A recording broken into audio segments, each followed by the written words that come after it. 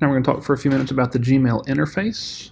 You'll notice that Gmail will look a lot like what you're used to. It's pretty self-explanatory. They do a good job of making it pretty intuitive, but just to make sure, there are a few features that might be confusing to people who haven't used it before, so we're going to go over it. So here's what it should look like when you log in, something very similar to this. Again, Google likes to change stuff sometimes, but this is pretty much what it should look like. So you'll notice on the left side, we've got three areas. We've got the Mail menu, we've got the Compose button, and we have our labels. We're going to talk about each of these more in depth in just a minute, but basically, Mail menu lets you switch between your mail and your contacts and the tasks. Compose is just what it sounds like, and then labels are pretty much what have replaced folders in Gmail, and later on we're going to talk about how you can use them as folders, or you can use their advanced functionality, whichever you prefer. Next is the chat box, which is a little bit below that.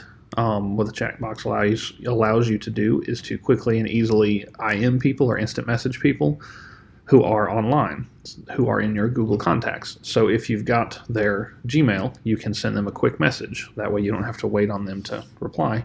You'll notice there are also options for calling them or video chatting, which will open a Google Hangout. Up at the top, you've got the multi-select box, the refresh button, and the contextual menu. The multi-select box allows you to do just that, select multiple emails and perform bulk functions on them, such as deleting, such as applying labels, such as moving, lots of stuff. The refresh button will refresh your inbox, so if you're waiting on an email from somebody or for something, a lot of times I'll use this whenever I have registered for something and you have to give them your email and they send you a registration email. Say click here to access your account or whatever. I'll use the refresh button to check it every few seconds and wait for that email. Then you have the contextual menu, which will be different depending on what you have selected based on the context of what you have selected.